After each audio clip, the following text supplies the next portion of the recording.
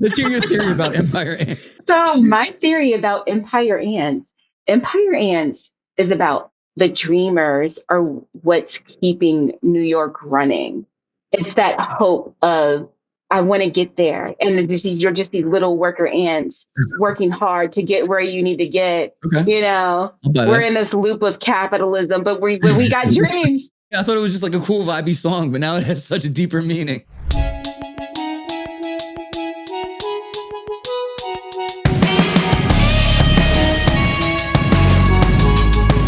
Today on Love's Music, we have New York recording artist IMANI. Her new single, Wish I Never Met You, just hit streaming platforms. The project of hers that really resonated with me personally was her 2024 release, The 11th Hour. It blends neo-soul, R&B, elements of jazz, blues, and rock and roll into an absolute masterpiece. You guys aren't going to want to miss this one. Come on. IMANI, thank you so much for joining us on Love's Music. It's a joy to have you here today. Thanks for having me. I think your podcast dope. So I had to be a part of it. Like I told you before, like you are really invested in music and there's not a lot of people who care about independent artists and like care enough to do the research and find them. And usually a lot of people just like to prop up people that already have a platform and just kind of use that to boost. And you're like really building from the ground up. And I just think that's dope. So I just had to tell you that again. On camera. that is so kind of you to say that. Yeah, thank you very much. That's what I'm hoping. I hope that sentiment is reflected in the interviews and the way we carry the show. So thank you very much for saying that. I do appreciate that. So let's talk about your album. I actually met IMANI on the 11th Hour. Right, that's your album that came out in 2024. Yes. Incredible. I was thinking 2023 because I've worked on it for so long, but it was last year with 2024. Yeah.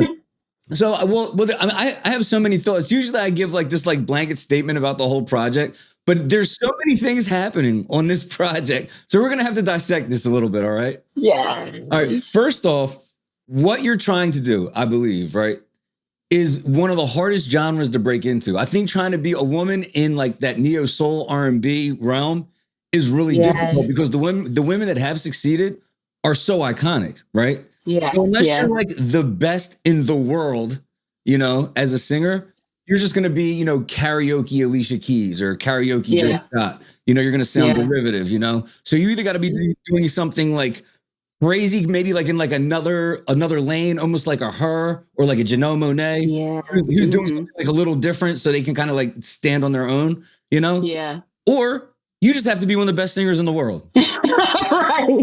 Right. So I pick up the 11th Hour. I shuffle the playlist. I hear Rollin' First, which has a little bit of like an Erykah Badu feel, a little bit. I'm like, okay, I'm getting like a neo soul album. All right, this is what I'm listening to. Hello comes on, a little different. I was like, different energy here. This is new. This is exciting. Ooh. Maybe comes on. That's the third song I hear. Right. I don't know what just happened. It's like this weird jazz shuffle thing that you're doing. It sounds like you're using like 60-year-old session guys doing this like jazzy cool thing. I'm like, oh, she's all right. This is different. Now it's special, right? And then and then just as soon as I'm getting used to it, thinking that this is going to be this like avant-garde project, Evil Ways come on. And it's like a straight rock record, right? Like heavy guitar. They're shredding a little bit on it. I'm like, this album is special. So first off, bravo. Thank you. For the 11th Hour. Thank you for that description. Okay, you just tell everybody how my album is, so I don't have to try to explain it. So thank you. It's like a commercial right now. Yeah, right. Well, I call it how I see it, and it really is an experience, right? If you listen to it passively, you're gonna miss it. You have to like play that album, sit down with it. You know, like kind of tune everything out, maybe even headphones or something, and get low. I mean, the instrumentation is complex. The songwriting is pretty straightforward, but the instrumentation on probably about 60% of the album is like, you're doing really innovative stuff, you know? And the stuff that's not, I would call particularly innovative, is just really accessible, just good music, you know? Yeah. So, First off, do you agree with that theory too? Do you think it's harder to break into neo soul as a woman, or do you think that's a theory I just made up on my own? Right now, like making soulful R&B is just harder to break any artist that's doing that. Like, you know, honestly, because you know, there was that time period, I would say, 07-ish to about around the time Her came out, Right. like 2017-ish, Yeah. where R&B was not really soulful.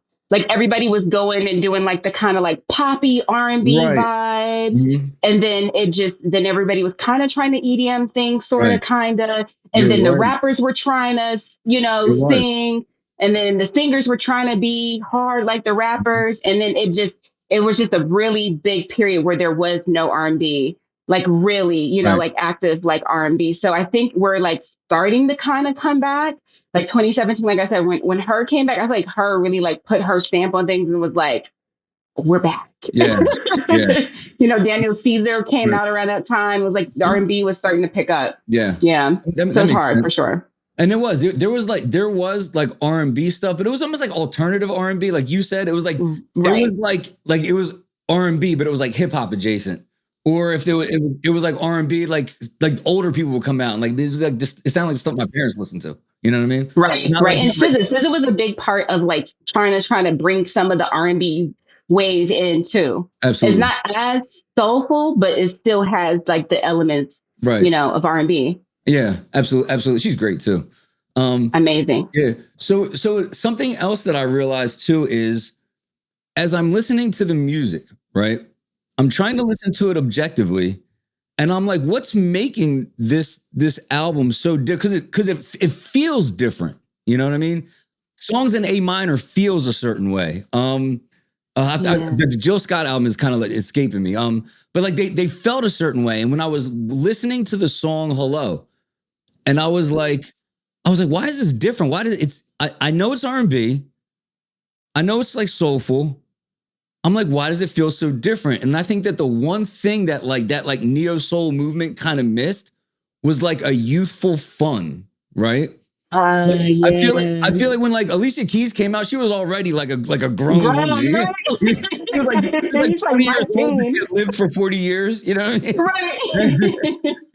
Like Lauryn Hill has like a certain kind of like pain and struggle in it. And Oh, for sure. yeah. And I'm watching. And then you find out she's 22 and you're like, what? Yeah, right. What she made it off of. Like, I know, right? okay. I felt she'd been to like 3 wars already. Like she's been through so much. For sure. So I'm listening to Hello and I'm watching the visuals, right? And like the color and everything, like it's like there's like a lightheartedness to it that's not really prevalent in like neo soul. Really, it's always kind of like heavy, heartbreak, and like the colors. It almost looks like an HBO serise or like ever watch Atlanta? Yeah, like the colors, the way the colors look. Yeah, I'm like I want to watch a 30-minute show of this, like it just. Oh my God! Like all the decisions you're making with your recent projects are like spot on, Thank you. It's really Thank refreshing. you. Really refreshing. So Hello, I think Hello has that quality to it because it was about a crush. Like, so all my songs I write all of my songs, all of them, and they're all true. There's no non-factual thing. There's one thing where it was like me thinking of hypothetically how something would have went, like on Evil Ways, but everything else is just exactly how it stood. And so in Hello, I had this like major crush, and I hadn't felt like a crush in a long time because I was in a long-term relationship. So I got out of that long-term relationship. It was my first time like really liking somebody, and we would like make music together, and it was like this whole new experience. And I liked them, but I wasn't ready to tell them I liked them, so it felt like a '90s sitcom. Like, so it's like all of that energy, and then I finally did confess how I felt, and we went through that whole process. And so I believe. And then the video was also very 90s. Like the whole thing was, okay, y'all, this is supposed to be like a 90s house party. Right. So this is how everybody needs to dress. And it was like me inviting my friends, the producer inviting some of his friends, and the director inviting some of his friends. And it was just everybody's friends. So everything felt very organic, like everybody knew each other already, because some people did. And it just felt, and like one of my best friends who's like sitting to the left of me that I went to college with, we used to always talk about the 90s all the time. But in the video, when I'm sitting on the couch, my best friend is there. He flew in to do the video. So it just felt good. It felt really, really good. And all of my other songs are kind of like, I'm deep in my feelings. Yeah. So that was like my one time where I got to just be like, okay. I can smile. Yeah, right. You know. Yeah, we can smile and laugh for this one. Something else you do is you kind of peppered the album with skits of your grandmother speaking, which Yeah. which is really cool. Like Yeah. your grandmom prays like my dad. So like I'm like listening to it, and it's like straight up like resonating with me too as I'm like listening to like the end of the album. Can you share just something anecdotal about grandmom and her impact on this project in your life?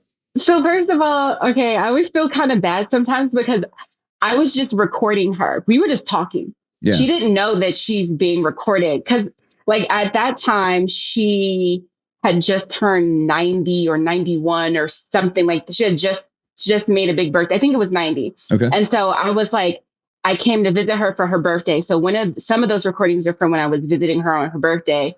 Some um may have been, I don't know. Some of them may have been whenever she was in the hospital. I don't know if any of those recordings made it to the actual album, but I was just talking to her. Like my grandma was my girl. She was like my best friend, and she also helped raise me. So when my parents got divorced, my mom went to basic training because my mom was in the army. So I went to live with my grandma, and I used to sleep in the same bed as my grandma. Okay. Like that, like, so I was like super, super close to my grandma. Right. So I would talk to her about everything, share everything with her. And so those conversations are just genuine conversations.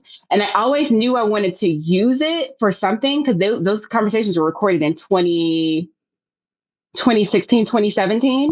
And the album doesn't come out till 2024. And at that point, she had already passed. And so it's like kind of hard to get through some of that, but I would listen to it and all my music was done. I didn't do the interludes until all of my music was done. And when all of my music was done, I went back and just listened to conversations. And I was like, oh my God, that would be perfect with this song. Or she mentions this thing, or she mentions that thing. That would be perfect. And it just like organically came together. So yeah, she's a big influence on me for sure. And it's just enough too. Like in the album, like you have like because I know there's three different ones, and they're kind of short, and then the prayer at the end is like long, and it kind of like puts like a bow on the album. I'm like, Yeah, it's a masterpiece. 11th Hour is, yeah, I mean that's up there. That's one of the best projects I heard in a while. Thank Like you. it's on a very short list of projects I heard that like genuinely impressed me. Like Thank you. I felt it. Yeah.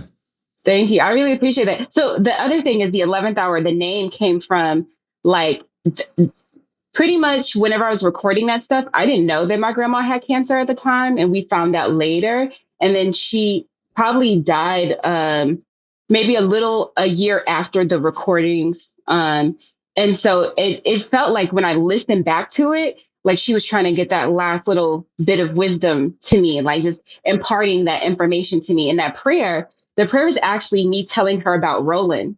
And so I was talking to her about Roland, and I was like, Grammy, I really want to help people who like battle with addiction or battle with loneliness, battle with these things. And so that's why she said something like, that's the right desire to have, because she never really knew why I wanted to Right. do music. So she's finding out while I'm telling her. I was like, so can you pray for me that I find the right engineer and the right this and the right that so I can make that happen? And I didn't actually record the final song that y'all heard here on the album till about maybe 2018. And this prayer was probably 2018, 2019. The prayer was like in 2017 or 2016. And I tried to record that song like 3 different times. That's what made me come to her and be like, look, girl, I need some help. Because Yeah. obviously, like, I know it'll be a good song, but it's not something's happening to where I've tried to record this 2 other times and it's not working. Right. So she actually quite literally is praying for me to help me do the thing that I desire. And another thing I say about my grandma used to put people on her prayer list. So every time people hear, they're like, oh, I feel like she's praying for me. And I'm like, yes, because that's the kind of person she was. So I felt like her legacy got to live on through this prayer. And Right. she gets to still pray for people, if you will, by just like this interlude existing. And I Right. feel like a lot of the reason why I was able to get funding for this album and everything is really because I think that prayer is like the most important part of the album. And I think that is one of the things that people need the most. And I think that is like a big reason why I was supposed to make this project was the prayer. Even though it wasn't something I thought, I didn't even know I was going to use the prayer. Right. I didn't know any of this. It just happened, you know? Yeah. maybe even if I may, maybe it was just a timing thing, you know? If the project if you would have pushed the song out a little bit earlier, it wouldn't have had that same, you know, so it kind of got delayed. And then like once your grandma by way of the Lord anoints it, you know, and now it kind of like finishes the project, you know, like okay. you know? You're about to make me cry. I'm so No. glad too. That does make sense. And you know, I'm so glad you said that because like it is quite literally all like a lot of times it's like I was watching the interview with what's his name again? Scalat Scalito? Yeah. Scalito. Yeah. The interview with Scalito and where he was saying like rejection is God's protection and things Yeah. like that. Mm-hmm. It's like I feel a lot of times when things don't go the way we want them to go, or it may not even just be that we're being protected. It may be that God is setting us up for something better Right. and for things to align the way that they're supposed to align. Because I really, really, really believe that this is supposed to happen exactly the way it happened. And you're right. Like, had I put the song out a little bit earlier, like I probably would have had a different cover art and I wouldn't have done the video the way I did. Like, so many things wouldn't have happened had I got it right Yeah. the first time whenever I was trying to record it when I lived in Austin, Sure. you know, versus when I moved to New York and it was a whole different thing. Now, I have a question for you. With your grandmother aging, did she get a chance to kind of see you perform? I mean, maybe as a kid, but like as a kid, yeah, but never like the version of you that the world knows now. Like she never saw perform. No, right? she never got to see it. Her or my aunt. I wish. I really, really. I wish. That is one thing that I think about a lot. Where I'm just sitting there like, man. Yeah. But then, like, as cheesy as this sounds, like I feel like they do get to see me. Sure. Yeah. You know what I mean? Like I feel like they do. But they saw you perform.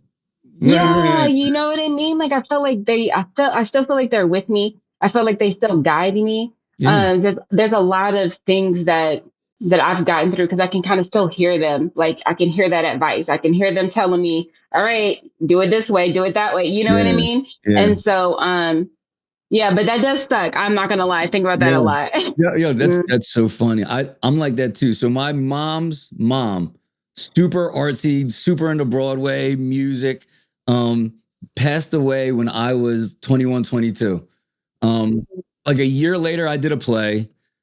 5 years later, I was doing music, and it's always kills me. I was like, hey, Mamie never saw me perform. I really wish Mamie would have seen like one of my shows. You know? Yeah. I don't But know. you know, she would have been proud too. Cause it's like, you know, but one thing that my friend said is like, what's in you comes out of you. Mm-hmm. So like that love that she had for the arts is in you, which is what drove you to do all these things. So even if they're not physically in the space, they're always in a space because you're in a space and you're their legacy. Yeah. So, you know. Yeah, absolutely. All right, now how do we segue away from that conversation?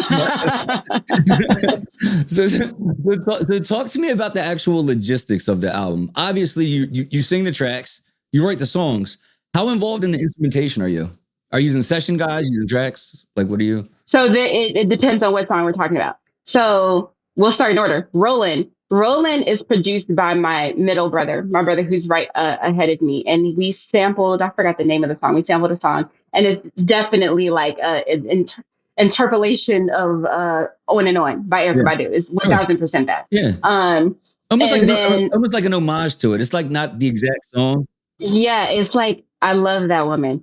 And then I had a friend that I used to jam with in Austin, and I was like, hey, like, can you play saxophone on this? Because I keep hearing sax on this. I'm like, can you just go do your thing? That's how I always collaborate with people. I'm always very much like, go do your thing.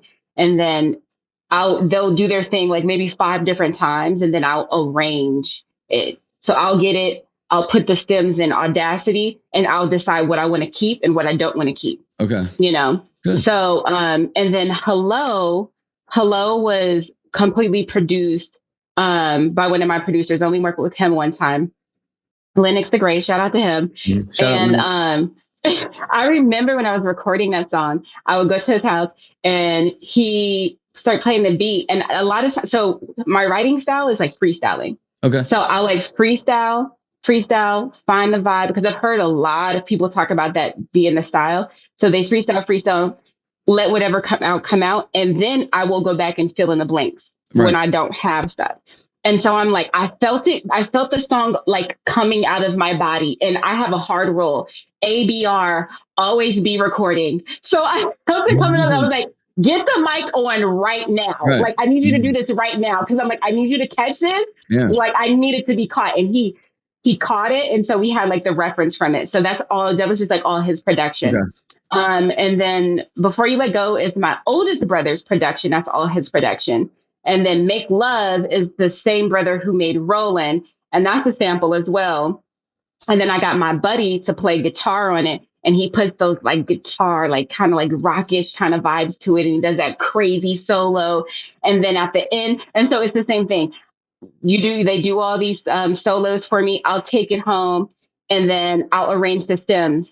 And I'll be like, okay, I'm gonna keep this, I'm gonna keep that, I'm gonna take Right. this out, I'm gonna take this out, and do that whole thing. Now the thing is the guitar solo at the end, that whole end of that song that goes backwards, I was in Audacity. So for people who don't know what Audacity is, it's a record, like you can record in Audacity, you can cut music in Audacity, stuff like that. So I'm in Audacity arranging stuff, and I accidentally reversed the music, and I liked the way it sounded, and I was like, Like, I'm keeping like, hold on. that. I'm like, let's take this, let's duplicate it, let's reverse it at the end. Yeah. And I did that. And then I told my engineer, I was like, hey, yeah, like just do your thing on the mix. I didn't give him any kind of reference. When he sent it back to me, he sent it back to me with the guitar solo reversed on the end. And I was like, oh my God, so he did something crazy there. Yeah. And then boom, boom, boom. Then I think we're at Maybe. Maybe is me playing keys. Okay. And I'm coming up with the chord progression on the keys. Oh. And that's how I wrote the song. So And then I go to. So you also play piano. Of course you do. Yeah. And even though you play piano. I love the Alicia Keys, okay? Like, there's like any Black woman of a certain age that knows how to play piano, I can Right. guarantee you, okay? Just watching Alicia Keys. Yeah. And so I'm playing, and then I go to a jam session. And I'm like, okay, I'm gonna play an original song. And these guys are so good Right. that they will just pick up on what you're doing and add something to it. So when I go back and I watch the recording, I'm like, this is good. So I hit everybody up on Instagram like, hey, do you want to do this song with me? How much I can pay you? Yeah, right. And you're right. They were older guys. Yeah.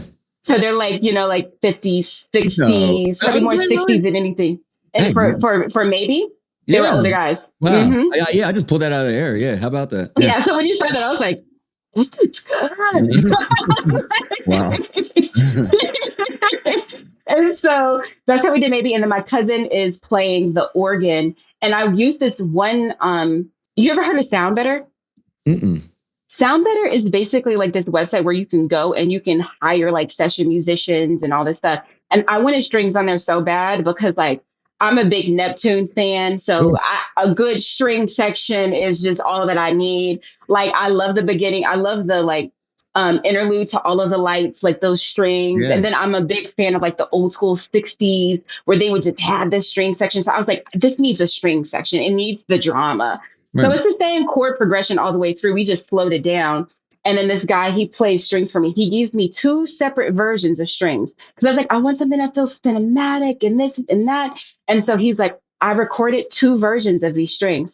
And he goes, I normally don't do that. But I felt compelled to like record a second version of it. And one version of it is very cinematic. It's very like movie like. But that second version of the strings were so emotional. Yeah. And I sent it out to other people and I was like, listen to this part. Tell me which one. And a lot of people were saying the other ones, but that one I felt. Yeah. And then that's when I understood why he wanted to record it a second time. And so that's how that one came together. And Maybe is me taking a Santana Evil Ways riff. And it was a sample at first. And then my guy who's playing guitar on Make Love redoes the riff. And then we're just like adding and like, I'm like a composer in which I'm like, okay, you did that. Okay, go harder, like do more. Like, you know what I mean? Like you're holding back, don't hold back, like completely let go and do your thing. And I'll reel you in when you need to be reeled in, but like just do your thing. And that's how I like to work with people. So that's how that came together. And then Do the Impossible was something that I came up with on keys. And then I had my guitar player like do his translation of what I was trying to do on keys on guitar. And that's kind of, so I'm involved in all of the production, maybe not as heavy in some places, they're heavier in others, but yeah. So when you record, right? So you have to perform, record, and write. Put those in order of what you like to do the most. I really like recording a lot. Yeah. Because it's like, I don't know. It's like watching a baby be born. I've never watched a baby be born, so sorry to anybody else. No, I 100%. Well, I'll give you my take on it, but here, finish your thought. You know, you're watching a baby be born. You got your engineer. He's kind of like the doctor. You know what I mean? And then you got you got the other people. You got the other instrumentalist or whoever. You guys are like really I love collaboration so much. And I love the way that I like to collaborate because it's a very ego-free environment.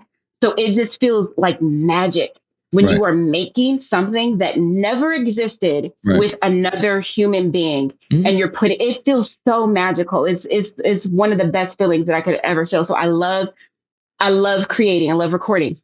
Writing, I love that because that's my therapy. Because usually when I'm writing, I'm the deepest in my feelings.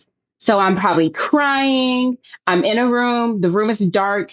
If there is a light on, it's mood lighting. You know what I mean? And I'm just letting this track play, or I'm on the piano and I'm just running it over and over and over until I get it out. And so that feels really good to me. Now, performing, I love performing whenever I am in the sweet spot of performing. Right. And that sweet spot of performing, if like for anyone who's ever played sports, you know that when you just everything's in slow mo, it's like a flow state. Yeah.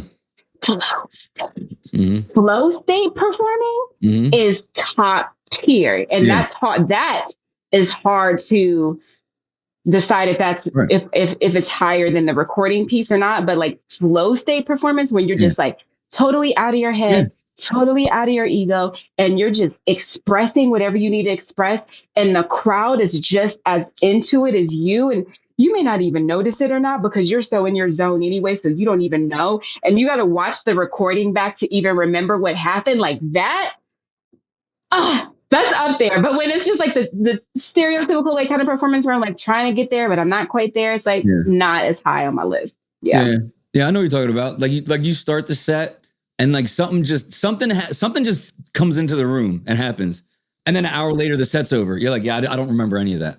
You know, like you know it was awesome. Like you just stop thinking. You know what I mean? It's like all instinct. You know? Yeah. It's the best feeling. But yeah, I think I'm like you as in that I'm a studio rat. Like if I had to do like one of those three, and you just had to like pay me a salary to just sit and record music, dude, I'll be good. Like I'll be good for the rest of my life. Just sit and record. Oh, like, I don't know if I could do that though. Like when you put it in that, like if I had to pick, I don't think I can. I think I love the fact that I don't have to pick, which is what keeps me interested in it. If I had to just do one, I'd be like, well, all the parts correlate with each other. You know what I mean? The value of the recording is how it performs in front of an audience. You know, so like that's the beautiful part too. Yeah, like one's for the other. Yeah. Mm-hmm. Seeing your stuff in front of an audience for the first time and how they react and respond to it is like gold. Like when I perform Hello, I always make it a crowd participation. So I'll start off and I'll be like, all right, when I do this, I'm going to say, hello. And then I want you to say hello. And I'm like, I performed it in front of kids. Like I performed it in front of them. I seen the video when you're like walking down the aisle, there's like people at tables and you're like making through the tables singing a song. Yeah. Oh my God. Oh, okay. So y'all, any of the performers out there, the best way to have one of the best performances that you could possibly have is not to restrict yourself to the stage. The moment you say this whole entire space is going to be my stage is like the moment if you can have a wireless mic and you can be in that situation, it is pure gold because then everybody's a performer, not just you. So you walk out there, you make a person be a part of the performance. And I think a lot of people, they go to see performances because I think a little piece of them is kind of living vicariously through the performer. So when you get to pull them into it and be like, no, you're a part of this too. And I need your energy because that's going to make this even better. It's like, that's how people fall in love with music. You know, like you can sit at a concert and watch somebody perform and be like, hey, that was a great set. And you can still fall in love with the artist that way. But something about like if you get like a moment, whether it's eye contact or like some kind of like nuanced interaction, like you have their heart for life, you know? Yeah. Or even watching them do that with someone else. I remember one of my favorite concert moments, and I've been to a lot of concerts and a lot of really good concerts. I was living in Houston at the time, and I went to Kendrick's Damn tour. And Travis Scott was opening up for him at the time. So, it's kind of early. Yeah. This is like 2017. And he comes out on this hawk thing and he's like floating in the air and he comes down and he's a rock star. Yeah. And there was like this kid in the front row. She had to be like maybe 14, 16. He gives her the mic and lets her perform one of the songs. And she is going in and she's like there with all her friends. And I was like, oh my God, I can only imagine how that feels. You're at like one of your favorite artists' concert and they give you the mic and are pumping you up and let you perform in front of all your friends. Like I can only imagine like what that experience was like for her. And that is like a concert moment that I will never forget, just watching that moment. Yeah. It's so dope. Well, why do you think Taylor Swift is so big now? I mean, she mastered the art of intimacy at scale. I don't know if you remember, like when she first came out, she was going to people's high schools. She would go in these like chat rooms with like strangers and like just be with like these like 13 young girls and just be like on a group chat and pop up at people's high schools and stuff, do all these like little shows. Yeah. And then I think I did see something where she came for like she went to somebody's proposal or something like that, like cool stuff like that. Yeah. All these cool little experiences. And now all these girls that were, 14 are now 32 and they're playing and they're the ones buying the $2,500 concert tickets to come see her. Right. And taking their kids to the Taylor movie. Cause I went to go see the Taylor movie because I was like, let me see what I wanted to know, like, what is it? Cause I'm always investigating and like trying to learn. And so I went and I was like, I started putting it together. I was like, oh, she's got something. She's really got that generation hooked. Yeah. And now they're hooking their kids. It's like a whole cycle. It's like, you did it. I was in my early 20s, like totally not into music like that. But I remember hearing You Belong With Me. And I was like, I don't even like this song, but I know I just heard like a historically good song. Was that when she was still doing country? It was like when she first came out. So it was kind of like the pop singer-songwriter thing. It wasn't country tinted, but it wasn't like country, I think I remember that one because I think I remember watching a video with her and being like, who is Taylor Swift? And I was like, wow, I'm not even into this like style of music, but I was like, okay. Yeah. So talk to me about your like earlier days, right? Like I know you're in New York now, but you're from Louisiana. What are your earliest memories of music? So before I moved to Louisiana, I was living in Ohio. And my aunt had me and my brothers and my cousins in a group. And the group was called Keys to the Kingdom. And we were like a Christian group. And we had these little skits that we used to do before. And I used to be really into it. There is video of this.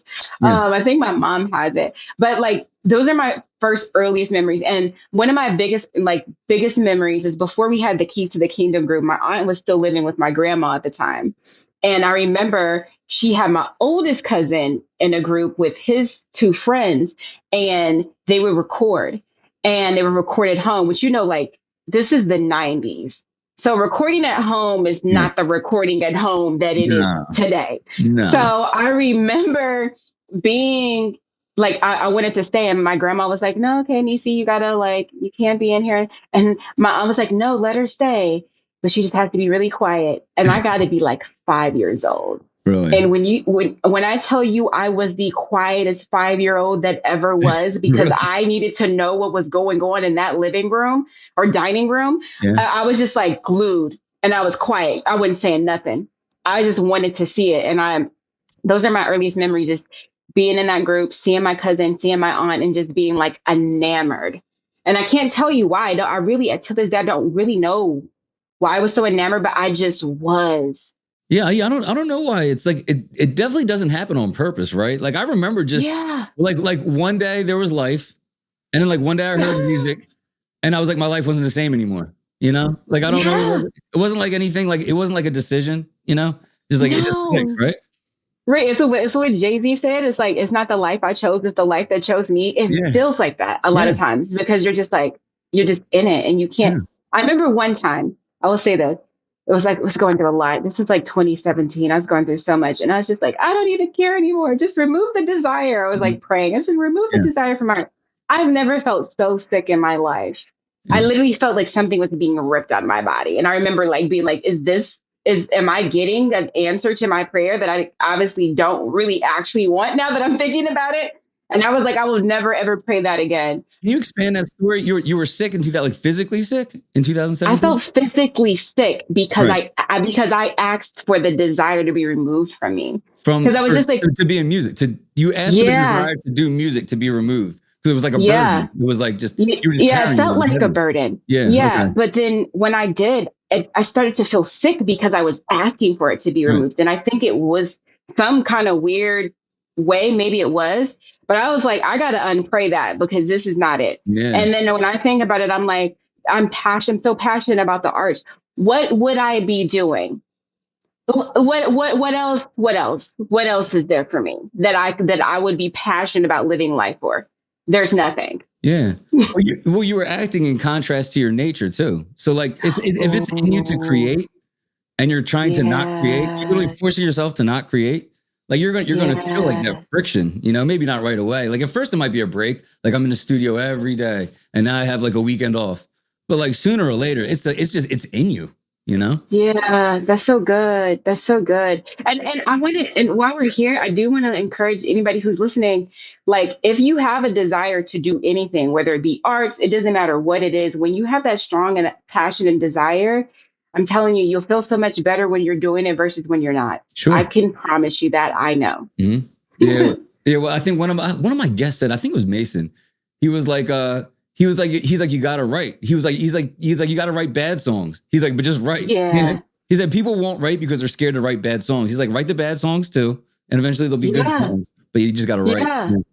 You do. You got to get it out because Mhm. it's like if you don't, it's just all this stuff just Mhm. sitting inside of you. What is it? Where does it go? It needs to come out. It Yeah. needs to get out. And I think sometimes, like a lot of times when I've stressed about like my career or whatever, it was like it was for the wrong reasons. It was like whoever's going to hear my project, like my prayer really has been like whoever needs to hear it when they're supposed to hear it, let them hear it. But I'm not when I start comparing myself and start doing these like numbers, checks against numbers, like, oh, like my quantity should be this number and I should be doing this and I should be making X amount of dollars and I should be when I start doing that, that's when I get stressed. But when I'm just in it and I'm just loving what I'm doing, I Yeah. don't feel any of that. No. And so it's important to be able to separate your passion from the business. Like Right. there's a time to work on the business aspect and let that be that. But don't let that determine what the value of what you're making is because the dollar amounts can't do that.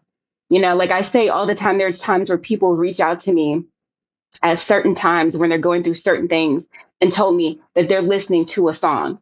Like after somebody died, they're listening to this song because this is the song that's helping them. There's no amount of money that can equal that for me Sure. because I know what it's like to be in a situation where you're like, I feel helpless, I feel hopeless, and Mhm. I need something.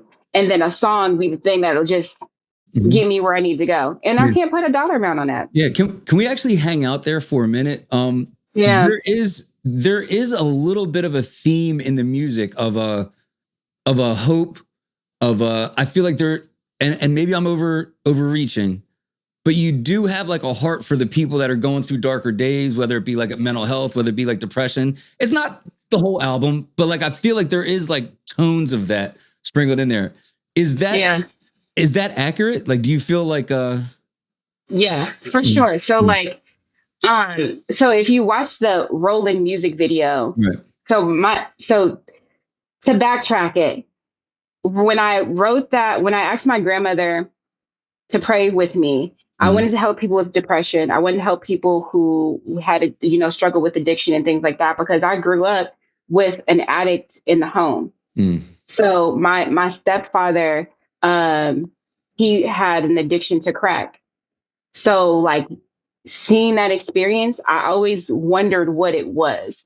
Like what is it really? Like there's a point where your body gets hooked, but then there's the stuff before that. And I think a lot of times where he would go on his binges, he was having some kind of emotional situation going on with him. And so when you see me like writing out loneliness and like weed in the video and like fear and like grief, it's like a lot of things that draw us to want to get high or want to get drunk and things like that. And so I always want to help people. Right. Like when I used to listen to the Miseducation of Lauryn Hill and different other songs that I would listen to when I was growing up, um, they were like helping me through something. You know, like when I lost my grandmothers and my aunt, I would listen to Nipsey Hussle Double Up. For some reason, that just really like never let a hard time humble us. That was my mantra. Like that was the thing that was like getting me through. And I was like, I was suicidal at that time. Were you? Oh, I'm And sorry to hear that. yeah, I was suicidal at that time. So I tell people like, I try to tell people when I do speak about suicide prevention, I try to tell people there will come a time sometimes where you feel like all hope is lost, like you feel like it's the end of the world and things like that. But typically, if you just keep going, you'll get on the other end of that. I felt like that. And I've been in situations where I was so suicidal that I was feeling peace about the thought of doing it.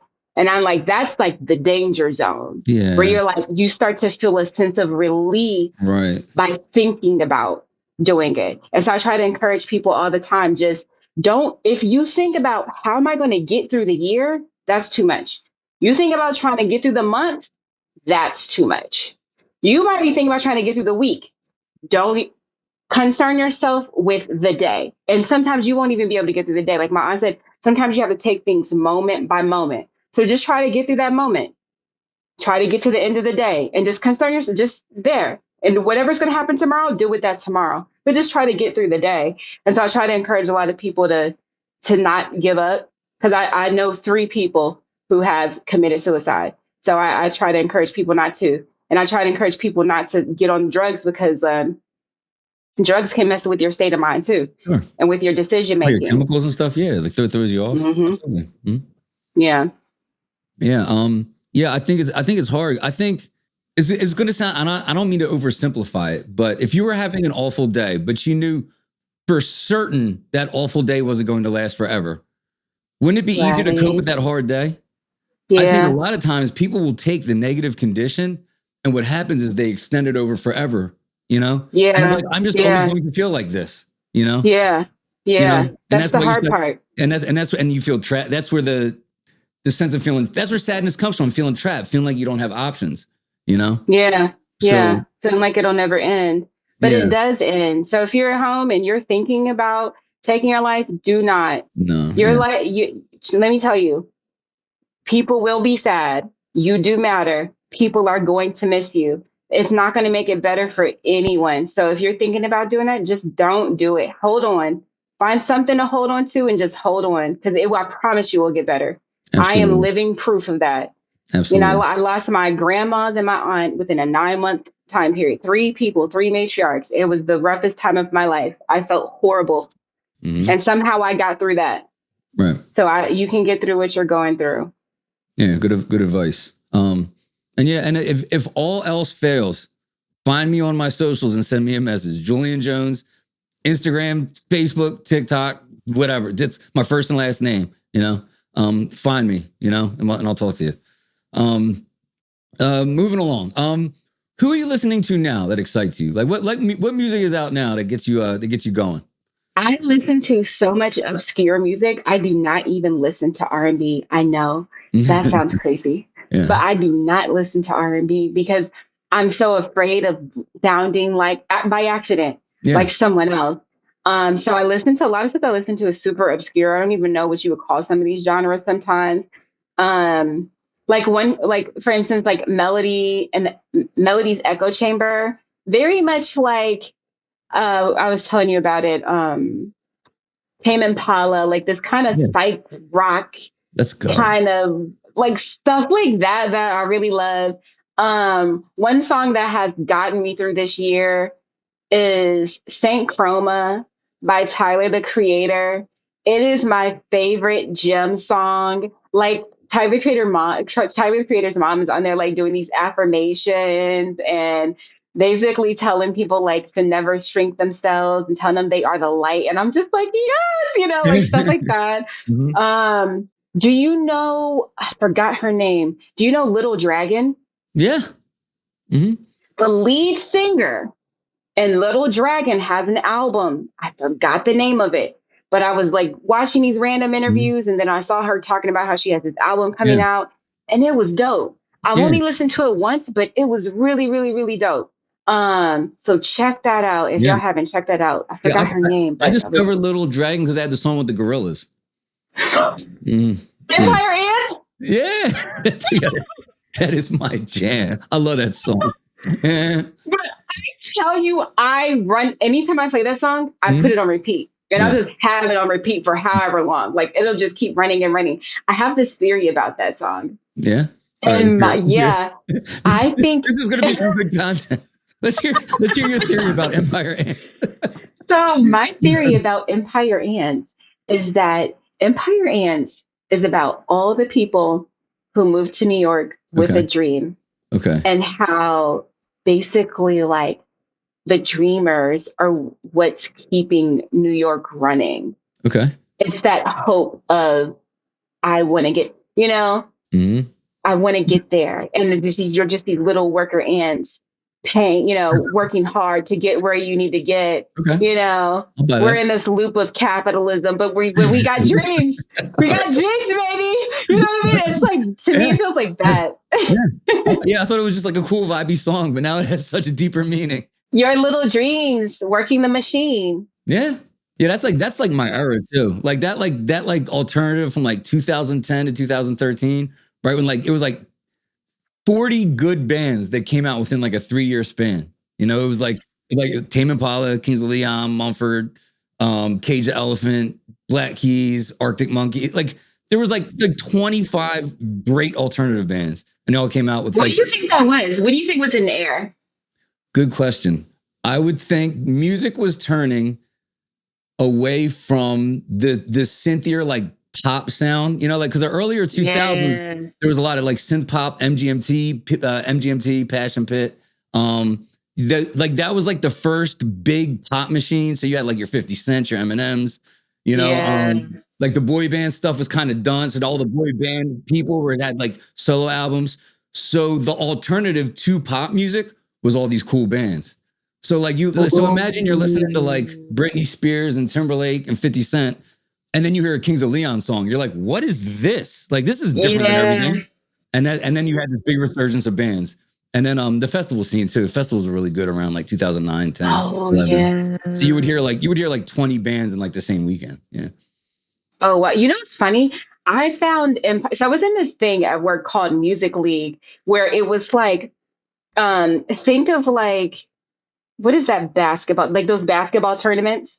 So basically a bunch of people, let's say 10 people, they pick 2 songs, they put it on a playlist. Everybody listens to the song and they pick their top 3 songs out of the playlist. And whoever's song has the most votes wins, you know what I mean? And then you just add those up or whatever. And so that's how I discovered Empire Ants. So I didn't even discover Empire Ants until like the pandemic. Oh, really? And I was like, I would have thought that it came out around that time. Like it could come out today. Yeah. It was its own thing. It was on that Peach album. Something Peach is in the name of the title. But I think it was like Plastic Beach. Yeah. Look at you. All right, a little harder question. What is musically, like in terms of your music career, what's the biggest mistake you ever made? Like something that you did and you're like, I wish I could have gotten that one back. I wish I could have done that one over. It's going to sound so petty, but like it would probably be a cover art choice. Okay. So I liked what I was doing, but it didn't hit quite like I wanted it to. So there's this Michelangelo, I think it's a Michelangelo painting where it's like I don't know what the name of it is, like God and Adam or something like that. And you see Yeah. like that one. Yeah. And Like they're so, touching fingers, kind of. Yeah. Like they're right. like And reaching towards each so, other. Yeah. exactly. And so I went in before you let go to be a, like this reenactment of that. But this is the time of like, what are those things called? NFTs. So my Yeah. cover art, like I wanted this digital version of this thing because I think I was seeing it so much that that's all I saw. And so that's what my brain was on. Is like, oh, it's going to be this cool, like digitized looking version of it. And it didn't quite turn out the way I wanted it to. And I think I was so immersed in what was current that maybe had I spent a little more time, maybe I would have done something different. It still would have been the same concept, but maybe it would have been a little different.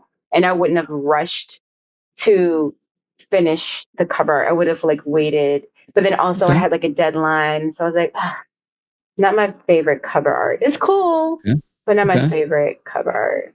Same with Hello. Mhm. Other than that awesome album of yours, give me an idea, give me an example of something that you're very proud of. My new song, Wish I Never Met You. I am so Okay. proud of that song because Okay. I feel like this is the first time I told a story in a song. I feel Okay. like in my other songs, I mention how I feel. I'm not Right. necessarily telling a particular story. And I feel like this was the first time that I told a story and it was like, oh, this thing happened. It was like it was engaging. Okay. The way I sang on it, it wasn't there was nothing to prove. You know, it wasn't like, oh, I gotta sound like this. It was like this, it's very much kind of like I'm talking almost, and I'm just saying how I feel over a track. And it was and I'm proud because it took a very long time to get to the place where I could record that and say the things that I said. And I was very vulnerable. And I remember I Okay. used to like listen to SZA songs and be like, yo, this girl's saying some embarrassing stuff. But I Yeah. also really admired it. But I was like, there's no way I'm ever gonna like, and this is before I had recorded any music. No way I'm gonna ever admit any of these things. And Yeah. so shout out to SZA for always being so vulnerable and dope in that way. And her Cool. pen is phenomenal. Yeah, she's really good. Voice is phenomenal. But yeah, it was the first time that I was ever able to just tell a story. That makes sense. Yeah, because I don't think anything on the album has like a linear narrative. Yeah. So Yeah. if you have like a start beat, start, middle, end of like a yeah, I gotta listen to that song again. Yeah. It's Hmm. just, and the crazy thing is, it's just one verse. Yeah. I love kind of like arranging songs in this kind of unorthodox way where it's like, Yeah. Not it like doesn't, non-traditional. Yeah. yeah. Mm-hmm. Yeah. What is your dream collab? Blank check. You can get anybody on a song with you. Who you getting? The Neptunes. Yeah. Chad, Pharrell, if you're at home and you're watching this, you're laying in bed, you got your phone up like this, you're looking, you're like, who's this girl? Why is she mentioning us? Like, it's Yeah. me. I need you Yeah. guys to get back together. Pharrell, I love Louis Vuitton. I think it's great. Chad, I feel you, the things you're probably doing. All I know is this I need y'all to get back together because it's been my childhood dream to do a collab with the Neptunes. So when somebody does listen to your projects, right? Yeah. What emotion or what feeling do you want them to take away after listening to your music? You're going to be okay. That's the feeling. Yeah. But like you're gonna be okay. Mm-hmm. Everything that you went through, like that's the beauty of like my grandma telling her story and me telling mine is just paralleling each other. Like my grandmother was 60 years older than me. Like she met my grandpa in college in the 40s, you know, so it's like that was a very long time ago, yet I can still listen to her stories and see myself in her stories. We have a lot of similarities in some of the things that we went through. And my grandma lived to be 91. So it's like I've seen a full life of all of these things. And when you see like a person, you're gonna go through ups and downs. And you can see that a person made it through that and still a very loving person, still a very kind person, and didn't let life and the things that happened to her in her life make her be somebody she didn't want to be. Sure. And so my thing is not only can you make it through those things, but you can still have that light inside of you. you can still be a good person. You don't have to be jaded. You don't have to let these things decide who you want to be. You still get to decide the person that you want to be, despite the things that you have gone through. And you will make it out on the other end of it, and you will be okay, and you'll thrive on the other end of this really bad moment.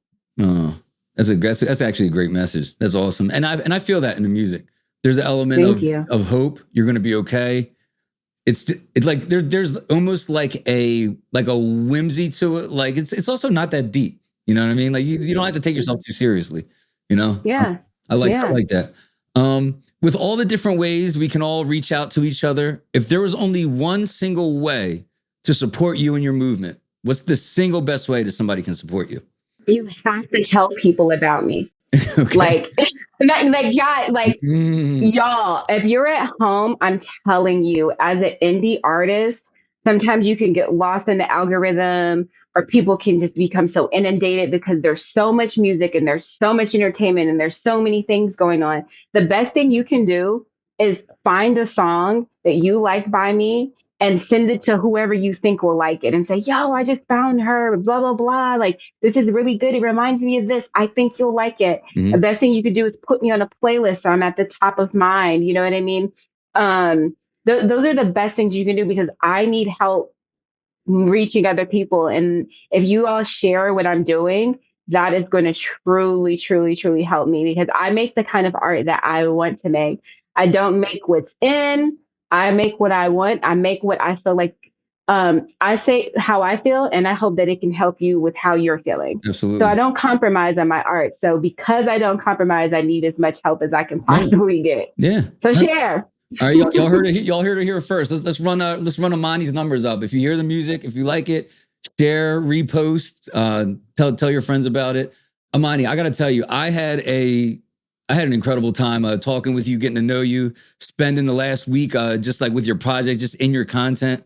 Yeah, I mean, this thing is hard trying to put a show together like this, but moments like this make it worth it. So I want to thank you from the bottom of my heart for taking the time to meet with me today and talk to our listeners.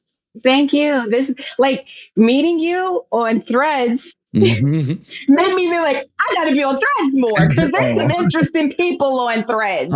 But no, seriously, it's like I prefer in-person, like, interactions and things like that. And sometimes the internet can just be full of, like, you see it all day. It's just so much negativity. Right. So when you find someone who's like, oh man, they like the art, they're really into it, they like deep dive on it, and like to be able to somehow find that in all of what the internet is, and all the notifications and all the, what do they call it? Think pieces and complaints and what, it's been a pleasure meeting you, because that makes me feel like, you know what, there are people out there who are doing journalism, who are doing media, who are about that for real.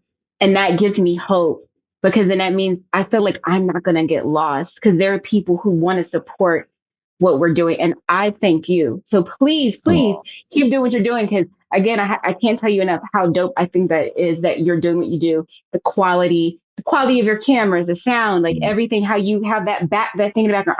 I'm really big on visuals. Like that fireplace you got going on in the background, and you got that little light, you got the lights coming out. Okay. Like, you care. And it's rare to find people who really care. And that's a blessing. And the fact that you have that, I appreciate that. And I pray that God, like, blesses you exceedingly abundantly. That's like all that you can ask or think. Literally, I really pray that. Oh, that's really kind of you. Thank you so much. That means a lot. And I certainly respect you as an artist. So to hear you say that so genuinely, and I feel like you did mean it. So thank you so much. And the rest of you, thank you for tuning in. I hope you enjoyed this episode of Loves Music. Make sure you check out IMANI. And if you like what you heard here today, tell somebody who loves music. Take care.